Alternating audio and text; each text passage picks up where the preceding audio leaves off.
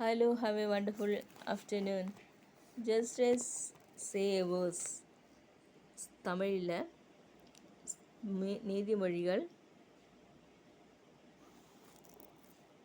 16வது அதிகாரம் அதனுடைய 3வது வசனம். உன் செய்கைகளை கர்த்தருக்கு ஒப்புவி, அப்பொழுது உன் யோசனைகள் உறுதிப்படும்.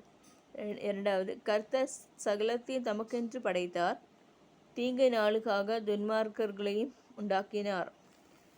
இந்த அருமையான வசனம். இந்த காலை வேலையிலிருந்து நம்ம இந்த நேரம் வரைக்கும் ஆண்டவர் கண்மணி போல காத்து கொண்டதற்கை கொடானு கோடி ஸ்தோத்திரம் அர்ப்பிக்கிறோம்.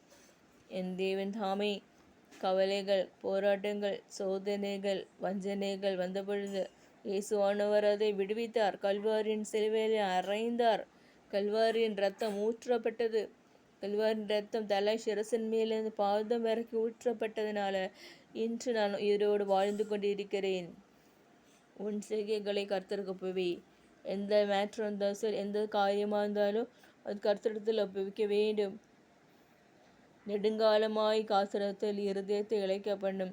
விரும்பினது வரும்பொழுதோ ஜீவ விருட்சமாக இருக்கும் ஆண்டவர் சொல்கிறாரு. நிச்சயமாகவே முடிவுண்ட நம்பிக்கை வீண் போகாது. நிச்சயமாகவே கர்த்தர் உன்னை வாலாக்காமல் தலையாக்குவார். கீழாகாமல் மேலாவாய். நீங்கள் யாருக்கும் சர்வன்ஸ் கிடையாது. நீங்கள் ஆவிக்குரிய வாழ்க்கையில் வளருகிற ஒரு மகனாக இருந்தால் நீங்கள் அடிமைத்தனத்தின் நுகத்தில் இருக்கிறீங்க. நீங்கள் ராஜாவின் பிள்ளை. ஆகவே ராஜாவாக இருக்கிற இயேசு ஆனவருடைய மகள். ஆகவே உங்களை உயர்த்துகிற கர்த்தர் என்னையும் சர்வன்ஷிப்பில் போடுறத நினைக்கிறாங்க. ஆனால் சர்டிஃபிகேட்ஸ் இருக்குது, படிச்சிருக்கேன், என்னால் ஒன்றும் பண்ண முடியல. இனி சர்டிஃபிகேட்ஸும் எரிச்சிருவாங்களான்னு தெரியல. ஆகவே இந்த மாதிரி சூழ்நிலையில் இருக்கிறேன். கர்த்தர் சகலத்தையும் தமக்கென்று படைத்தார், தீங்கு நாளுக்காக துன்மார்க்கரையும் உண்டாக்கினார். தீங்கு நாளுக்காக துன்மார்க்கர். நம்ம யோசிப்பேன், என்ன துன்மார்க்கராக இருக்கிறாங்க, நிறைய கப்பான வருது, அவங்க அப்படியே வீடு வீடாக கட்டுறாங்க, நிறைய காசு கொடுத்து எம்பிபிஎஸ் படிக்கிறாங்க, இல்லை நிறைய காசு கொடுத்து பிஎஸ் நர்சிங் படிக்கிறாங்க, அப்புறம் என்ன சோஷியாலஜி, நெஃப்ராலஜி இதெல்லாம் படிக்கிறாங்க, காசு கொடுத்து படிக்கிறாங்க. காசு கொடுத்து படிக்காதவங்க இந்த கதியை பாருங்கள். எனக்கு காசு கொடுக்க யாருமே இல்லாதனால தான் நான் மைன்யூட் படனது இருந்து. ஆகவே இந்த நாட்களில் உன்னுடைய காரியத்தை கர்த்தரிடத்தில் ஒப்புவி.